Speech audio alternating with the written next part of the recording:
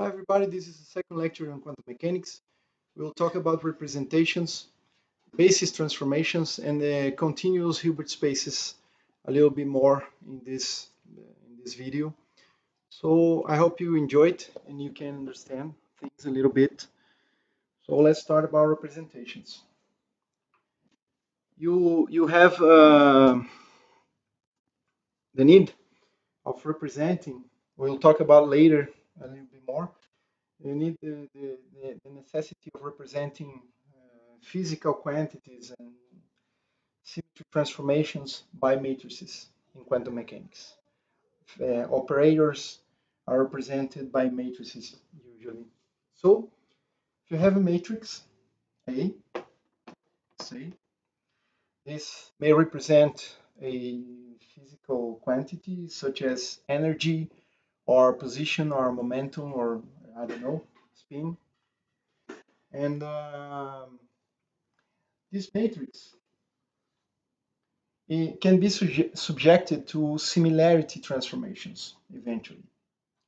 But consider at this point a given representation, a matrix. You want to have a representation of that matrix. So using brass and cats. So you can introduce the unity in front of that matrix, say left and right identities, okay? And you can write the identities in terms of a given basis, the resolution of a given basis. So you go from 1 to n.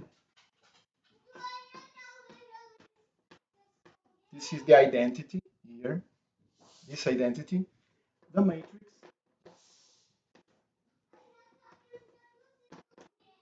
and the identity here, resolved with another index, but it's the same basis, okay? Same basis. Okay. Next, the next step, we can remember matrix algebra, A, B, C, and so on, the product. You cannot, usually you cannot reverse order, but you can associate.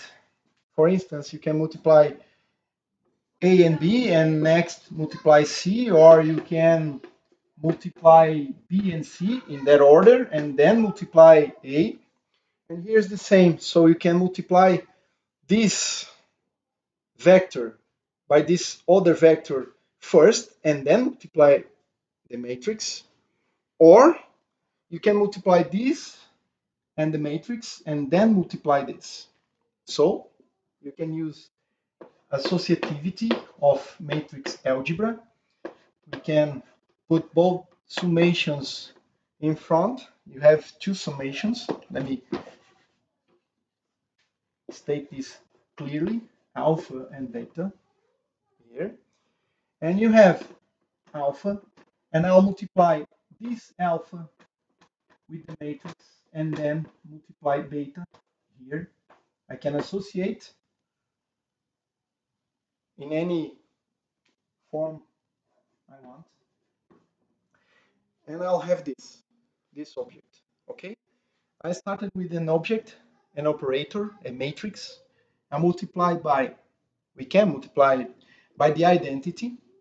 The identity multiplying any matrix gives that object again. So this is an identity here. But I can, a mathematical identity, okay? A is equal to the matrix, the identity matrix multiplied by A and multiplied by the identity again. So it's a matrix which commutes with any other matrix, this identity matrix. So next we can use the resolution of the identity in a given basis in Hilbert space. Alpha here is the index, beta here is the other index.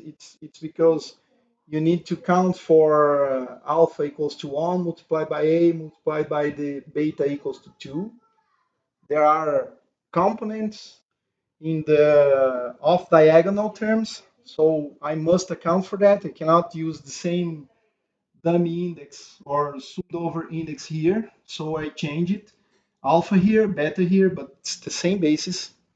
And then using associativity of matrix algebra, you can associate this way alpha multiplied by the matrix A multiplied by the vector beta, and notice this bracketed expression which Dirac noticed at first, and perhaps it's the motivation for introducing the Dirac notation, Dirac's notation.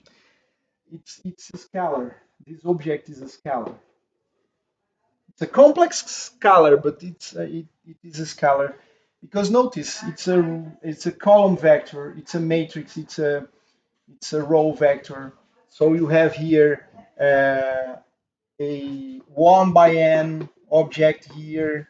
You have an n by n matrix here. You have an n by 1 vector here. So if you multiply this a by the beta, you have n by n multiplied by n by 1. You have a column vector. And the column vector here multiplied by this alpha, which is a row vector, will give them a scalar, a 1 by 1 entity, a number, a complex number. It's a scalar, a complex number. To say more precisely, it's in fact a complex number here. It's a number. So a number I can move in front of that, and notice now that I have this representation for the matrix A is equal to the summation of over alpha and beta of this projection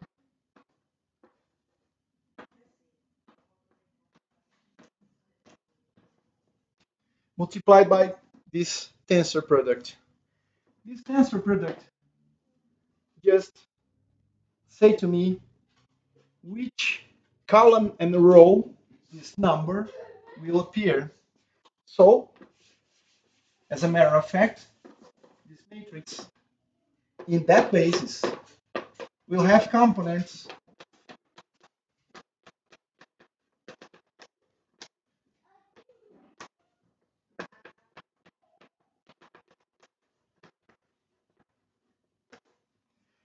and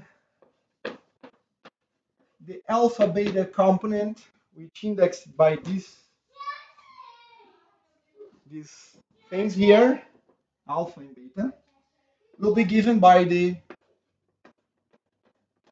bracketed expression. You pick up a column vector, the matrix, the row vector, and you represent each entry in this matrix by this product, or you find the components of the matrix, given matrix, in another representation, for instance, multiplying in this order alpha, the matrix, beta, and you get components here, the components of the matrix. This produces the representation of this matrix. But if you want to change representation, you want to use another basis, say the basis alpha prime. So pick up this thing here, this object here. Also, you have a vector, a psi vector. This vector is represented in the alpha basis by, say, the components in the directions alpha. And you can, if you want to know, if you want to project this object in another basis, not the original basis. You have the basis, a set of vectors alpha and the set of vectors alpha prime. They are distinct bases. So you can project this object in another basis. Okay, alpha prime. You perform the scalar product. It will give you the component alpha prime, but this is simply the product of this row vector with this column vector. And these things are the coefficients of basis transformations. These things here are coefficients of basis transformations. A basis transformation is a unitary operation, okay? Because it does not change the length, the size of the vector psi. So I can find all the components in the basis prime, the prime basis, if I know all the components in the unprimed basis and the coefficients which connects one basis to the other. Similarly, in an analogy, just analogy, don't go too much deeper on that. In an analogy, you can think about representing a vector in Cartesian components or rectangular components, and you can transform this vector to a spherical representation. So the matrix producing the transformation of components is composed by coefficients. This will produce a matrix of transformation. These are the coefficients inside that matrix. You can do the math to show that. Okay, so suppose for in an analogy, for instance, these are the rectangular components, and these are the, for just an example, the spherical components. But here you must remember the Hilbert space has dimensionality n. This n can go to infinity eventually, and the components are complex numbers. So the coefficients of the transformation are complex numbers also. Okay, this is a complex object. This is the basis transformation object. Okay, but I can also transform the matrix. Suppose I have here the component A alpha and beta primed. Suppose I get the primed, for instance, alpha primed, the matrix A, beta primed, and I want to relate this to another basis, the unprimed basis. So I always use the trick. Insert the identity here, another identity here, okay, and replace the identity by the resolution in the other basis, in the basis in which you eventually know the matrix. Okay, you want to find out these components in the primed basis, but you know the components in another basis. So insert the identity here and resolve it in the unprimed basis. We have an summation here over beta, but in the unprimed basis, beta, beta, and here you get a beta prime. Okay. Now, notice, again, you can use association It's a property of matrix algebra, and you can put the summations in front of all the things because the product you can do with a summation, it is the same as the sum of all the products. And in this case, you have, notice, alpha, A, beta is the component A, alpha, beta. And this thing, multiply this, alpha prime, multiply alpha, gives you a number, beta prime, multiply beta in this order, gives you another complex number, and you have here what remains is that, okay?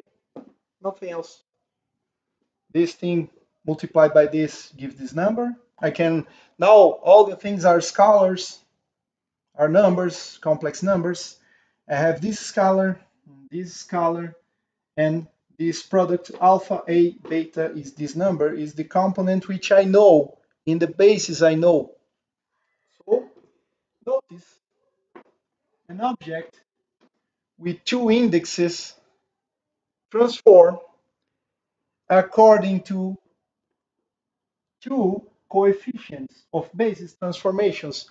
These coefficients, this coefficient, which is a complex number, transform this index to alpha prime, and the other coefficient, notice you need to sum over alpha and beta, you need to sum over that. But this thing transform the second coefficient. So this is similar to a tensor transformation, which is used a lot in general and special relativity and so on. But this represents a transformation, a representation transformation in Hilbert space, which connects an object represented in the unprimed basis, this is a matrix, to the primed basis.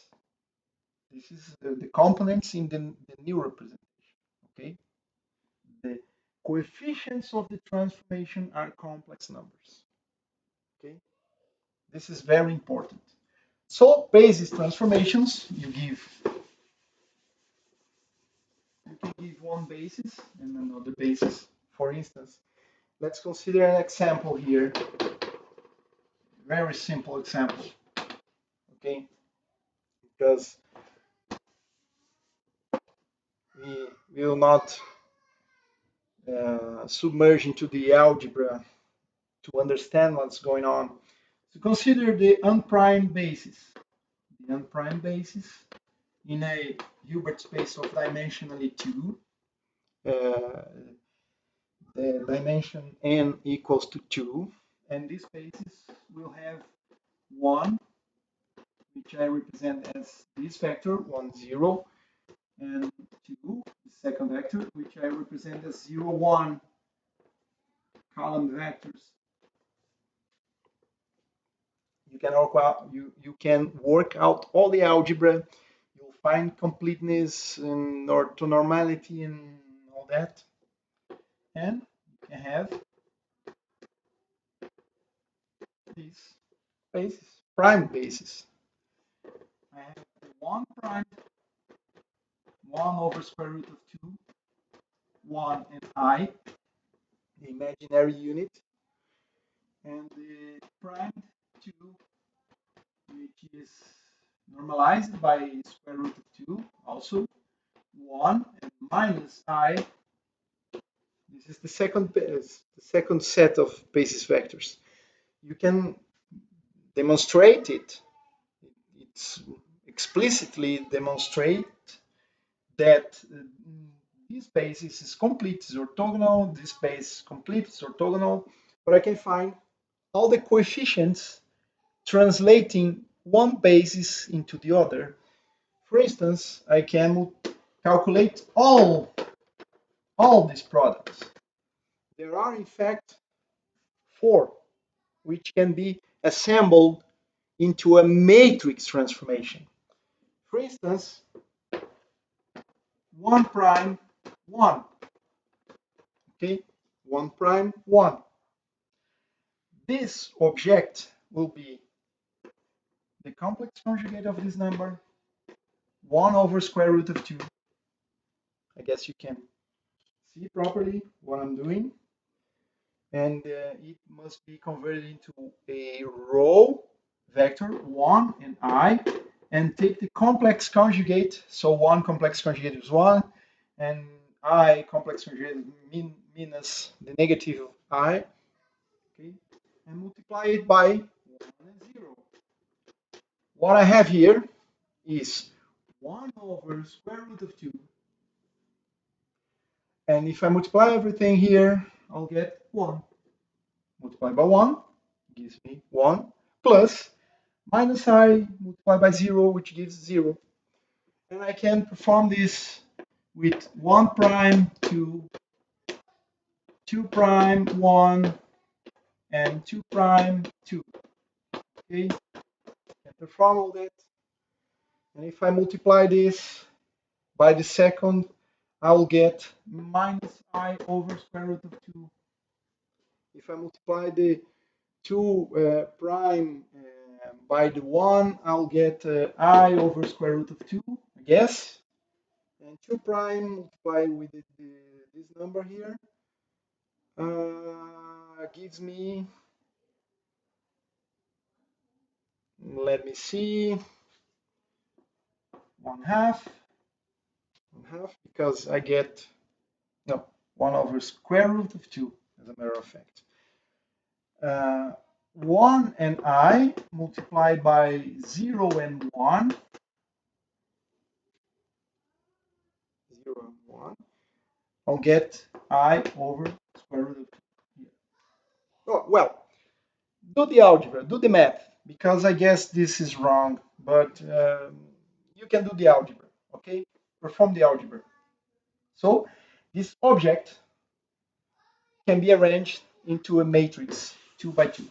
Okay, the algebra is obvious. You can multiply everything and you find out. Okay, that's it. Now let us see in a matrix form what happens.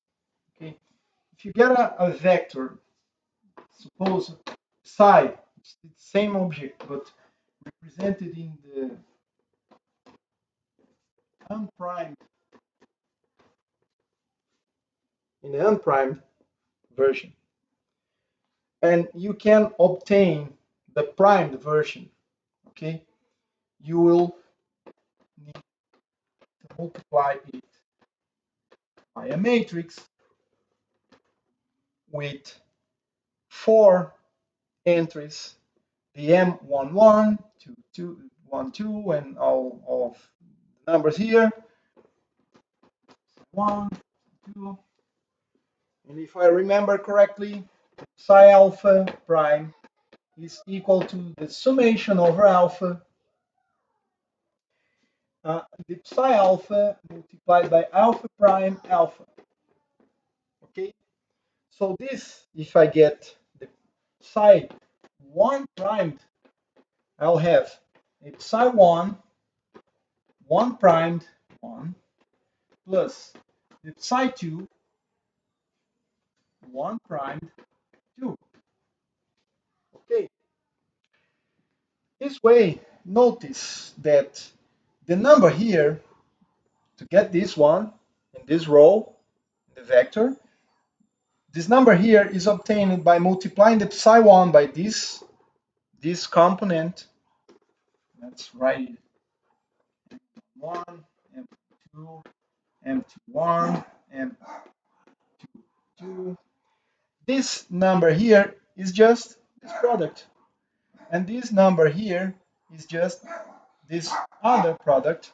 So the matrix which I can write here is 1 prime 1, 1 prime 2, okay, 2 prime 1, 2 prime 2. And since if you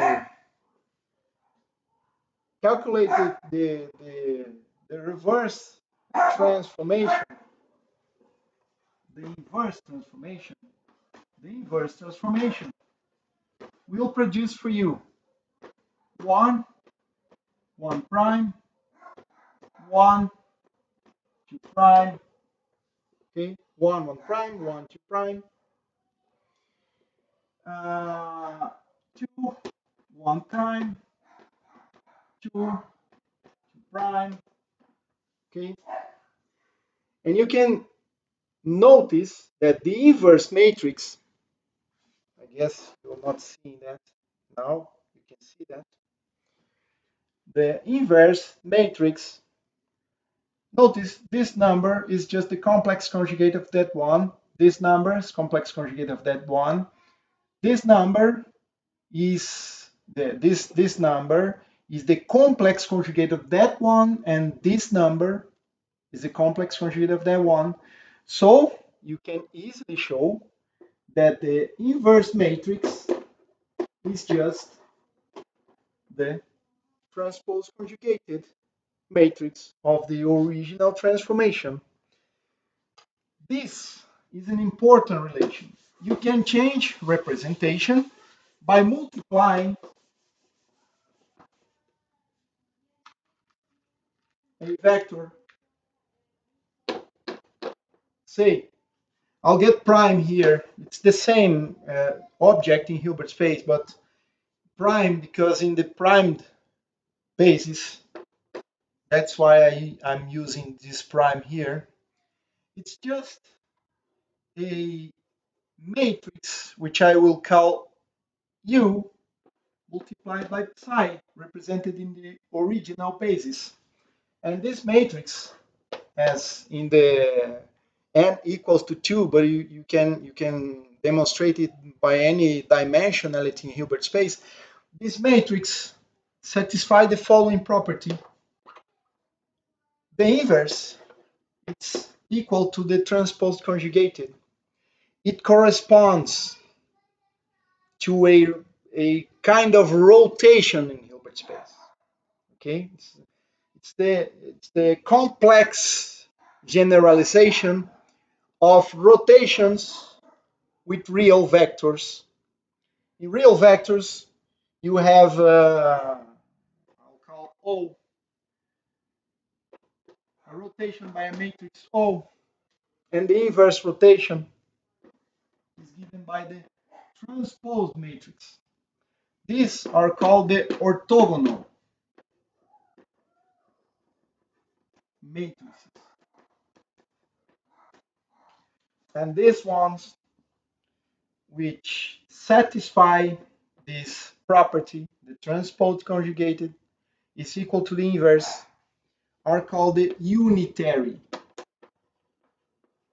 matrices. Okay, it's an important property, and these matrices have the dimensionality of the space.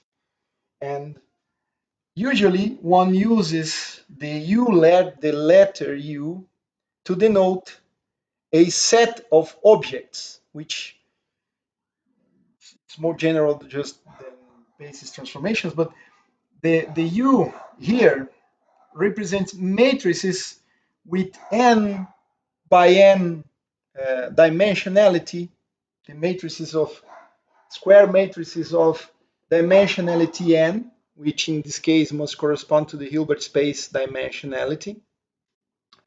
And this is called the group UN, unitary of dimensionality n. A subgroup, we will talk about groups a little bit more. A subgroup of this larger group is the SUN. Okay, this subgroup is called special unitary because it relates only to the matrices having a determinant 1. Okay, this is a subset of all the matrices here, which must have a modulus of a determinant of a given matrix like that equals to 1. But if you set up that the determinant of these matrices are 1, the modulus of course is 1, and you get a smaller set of matrices. Okay, this is also important in quantum mechanics and in Hilbert spaces. Okay, so transformations in Hilbert spaces are represented by matrices which are unitary. Okay, unitary matrices satisfy this very important property. The inverse is equal to the transposed conjugated. There are another important type of matrix or matrices in Hilbert spaces and in quantum mechanics. Okay, so unitary matrices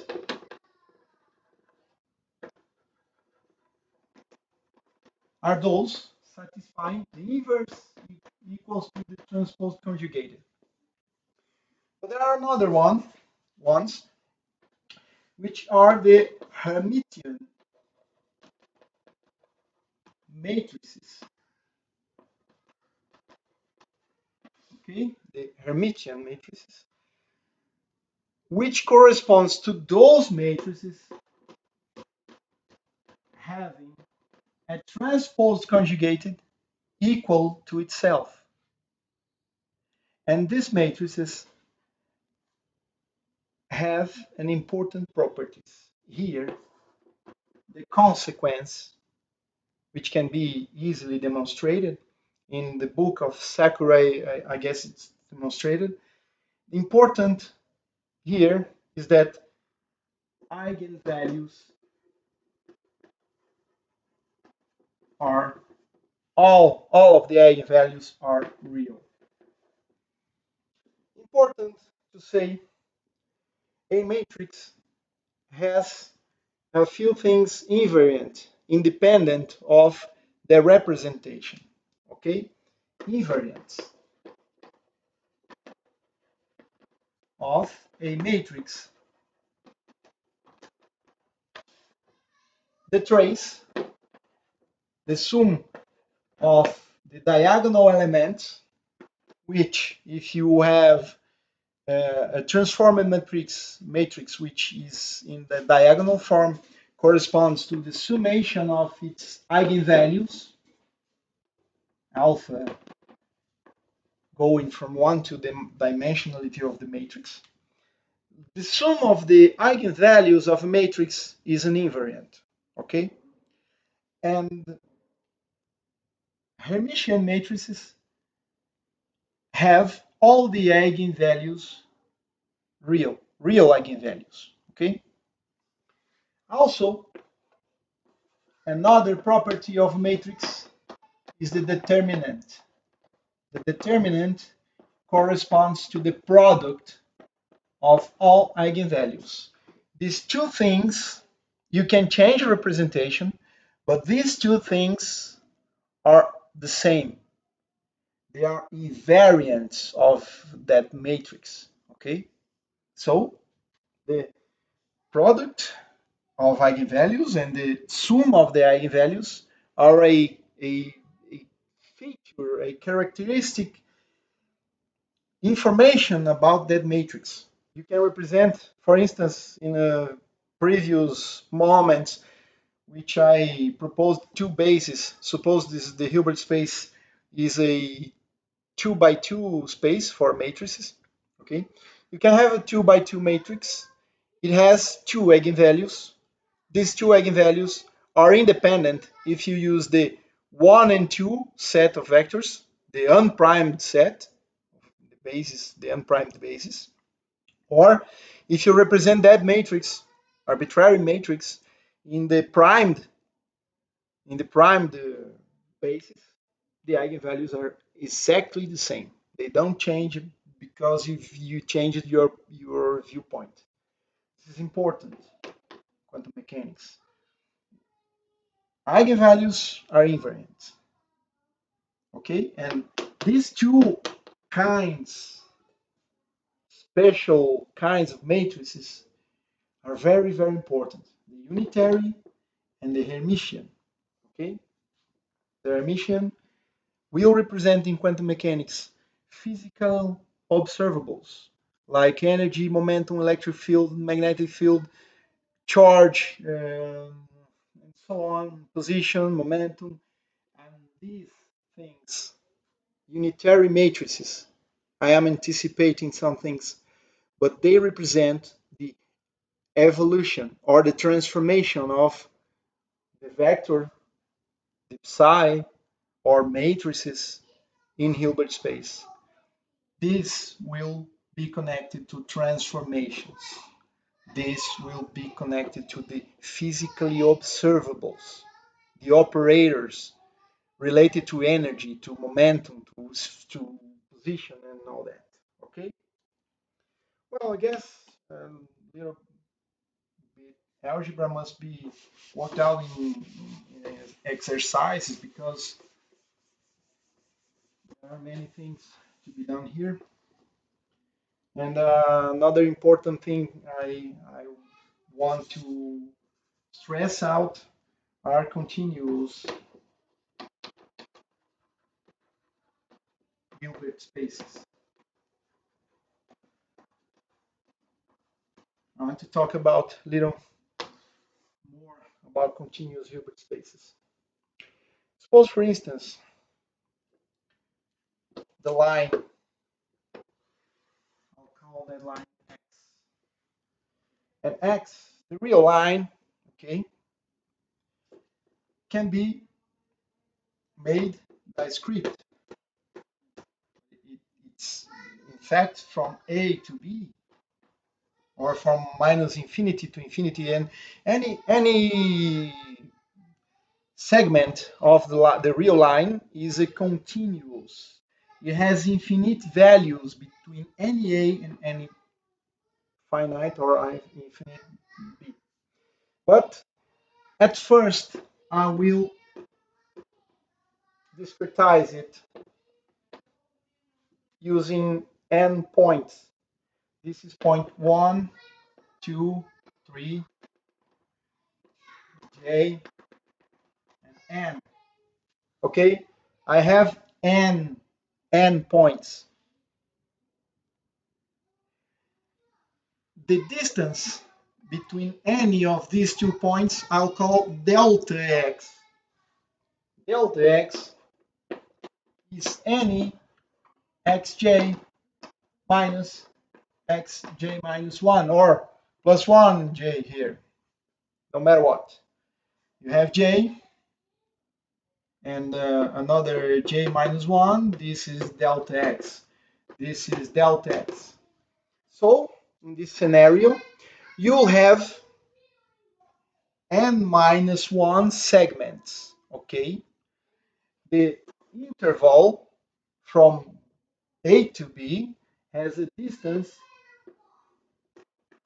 b minus I, and if I divide it by n minus 1 segments, which gives me n points, will give the delta of x. I'll try in the future, at the end, take this limit to 0, and in this way, delta x becomes infinitesimal, and I will get n going to infinity, and the line is well represented by a continuous set of points. Okay, but for instance, consider a discrete set of points 1, 2, 3, 4, n, or x1, x2, x3, xn, a set of points. How do I represent each point in Hilbert space? Well, to each point, to each xj in the real line, we will make it correspond, or we will attach to this a vector, call it xj in Hilbert space. It's a direction in Hilbert space. Notice in the real line, you'll have from A to B a set of points. They are in no way orthogonal to each other, or the notion we have of 90, 90 degrees apart in real space. They are a set of points in a real line, x. But in Hilbert space, to the point 1, which is A here, I will assign a vector, which can be represented by 1, 0, 0, 0, 2. I get the dimensionality corresponding to the number of points I'm choosing to represent the discreteness, the number of points in this line. Okay. In point 2, the second point here is a plus delta of x. This will be represented by 0, 1, 0, blah, blah, blah. Okay. So each of these vectors is orthogonal in a Hilbert space to any other. Okay. I am representing the line at first a set of points by a set of basis vectors in Hilbert space. And in this sense, each point is orthogonal to the others. Okay? So if I put something like this, x alpha multiplied by an x beta, I will get a delta alpha beta in Hilbert space. And I can show that this will have completeness, and all that applies, all that follows for a discrete Hilbert space. Each point corresponds to a vector in Hilbert space. Okay. But now, let me make another normalization for the vectors. Suppose the vector xj is normalized like this. I divide by the square root of the interval between points, and I'll have zeros except a1 at the j position and zeros otherwise. This way, the product of this vector with another, call it I vector, xy vector, will give you a delta ij. And since I normalized each vector by the square root of the interval, I will divide this by the interval delta of x. Not anymore the Kronecker delta. I just changed it. Just slight modification of the normalization here. So if I take the limit where delta of x go to 0, I get n going to infinity, and this will correspond to 1 divided by 0 if I equals to j, and this tends to infinity, or I equals to j, distinct from j, this goes to 0, and this delta x does nothing. It goes to 0. And this function here in the limit where delta x goes to infinity, goes to 0, sorry, goes to 0, will produce infinite or 0. And this is just in the limit x prime projected to x. I change now, I cannot label by a discrete number in the limit where delta x goes to 0. J and y doesn't make sense anymore. I cannot count, I cannot numerate the vectors. I'll get a continuum And in the continuum where delta x goes to 0 for a given x, this position 1 will be separated from another row by a 0, but between these two we'll insert in the limited infinite number of rows, and this object becomes denser and denser and infinite dimensional here. So this corresponds when x prime is equal to x, in the discrete case j is equals to I, corresponds to a delta function, x prime minus x. So in the continuous Hilbert space, to obtain this relation, it is because if at first we discretize the line, the real line, and there are a finite set of points, but when we go to n bigger and bigger, we discretize better, we make the delta x going to 0, and with this new normalization, I get the Dirac delta. Okay, that's the point. If you produce the exterior product like this thing, and you sum over j from 1 to n, now notice that to get the identity here, since I renormalized all the vectors in a continuum xj, now it's the 1 over delta x, the previous xj, which is a 0, 0, 1, and the j position zeros. To get the identity here, I need to multiply this by delta x. And this delta of x in the limit going to 0 of a summation, it's what we call an integral, just to eliminate this. It's a square root, as a matter of fact. But when you multiply these two, you get the delta of x dividing here, and you multiply here. So you get an integral here. Okay.